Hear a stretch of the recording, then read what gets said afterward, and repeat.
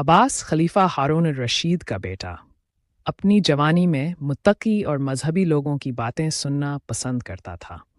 वो अक्सर कब्रिस्तानों में जाता और अपने अमाल में बहुत मुहतात रहता। एक दिन जब खलीफा अपने वजीरों और अफसरों से बात कर रहा था तो अब्बास सिर्फ दो कपड़ों में उनके पास आया, एक कमर पर और दूसरा सर पर। वजीरों और अफसरों ने इसे देखा तो नागवारी का इजहार किया। उनका ख्याल था कि बादशाह के बेटे के लिए इतना सादा और खस्ता हाल लिबास मुनासिब नहीं। वो कहने लगे, ये लड़का अपने बाप को शर्मिंदा करता है। इसे ऐसे कपड़े पहनने चाहिए जिन्हें देखकर दूसरे बादशाह फख्र महसूस करें। बादशाह ने भी अपने बेटे को अच्छे लिबास पहनने का कहा, लेकिन इबास ने जवाब देने के बजाय एक करामत दिखाई। इसने दूर एक परिंदा देखा और इशारा किया।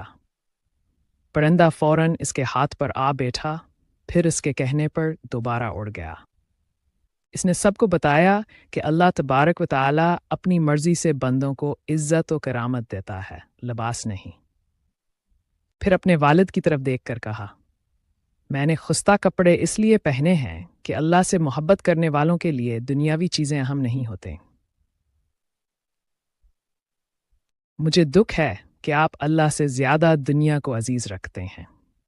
दोस्तों, अगर आपको कहानी पसंद आ रही है तो वीडियो को लाइक करें और कमेंट्स में अपनी राय ज़रूर दें। चैनल को सब्सक्राइब करना ना भूलें ताकि हिस्सा दूम भी आप तक फ़ौरन पहुँचे। कुछ अरसे बाद अब्बास को एहसास हुआ कि अब वक्त आ गया है कि वो दरबार छोड़कर तन्हा अल्लाह की इबादत करे। वो सिर्फ कुरान पाक और एक कीमती अंगूठी लेकर निकल गया जो इसकी वालिदा ने उसके लिए रखी थी ताकि ज़रूरत पड़ने पर इस्तेमाल कर सके। जब शहज़ादा बसरा पहुंचा तो उसने हफ्ते में सिर्फ एक दिन मजदूरी शुरू की और इतने ही पैसे लेता कि बाकी हफ्ता गुजर सके। इसी दौरान अबू अमर बसरीश, आलम और सूफ़ी बुजुर्ग एक गिरने वाली दीवार दुरुस्त करवाने के लिए मजदूर ढूंढ रहे थे। उन्होंने देखा कि एक खूबसूरत नौजवान कुरान पढ़ रहा है। अबू उमर ने इससे पूछा, बेटा क्या तुम ये काम करोगे? अब्बास ने कहा, जी हाँ, लेकिन मुझे सिर्फ इतनी इजरत चाहिए जो एक हफ्ते का खर्च पूरा करे और नमाज के वक्त मुझे काम छोड़ना होगा। अबू उमर मान गए। दिन के इख्तिताम पर देखा कि नौजवान ने 10 मजदूरों के बराबर काम किया है, मगर वो अजरत सिर्फ इतनी ही लेता जितनी मांगी थी। अगले दिन वो फिर ना आया। अगले हफ्ते ऐन इसी जगह मिला और फिर वही शर्त रखी। इस बार अबू अमर ने उसे ज़्यादा पैसे देने चाहे लेकिन उसने ना लिए। वो हमेशा बस एक हफ्ते का खर्च लेता। कुछ दिन बाद वो फिर ना आया। अबू अमर ने हर जगह ढूंढा। आखिर किसी ने बताया कि वो नौजवान बीमार है और बेहोश पड़ा है। अबू अमर फौरन वहां पहुंचे। देखा कि शहजादा जमीन पर एक पत्थर के तकिए पर लेटा है।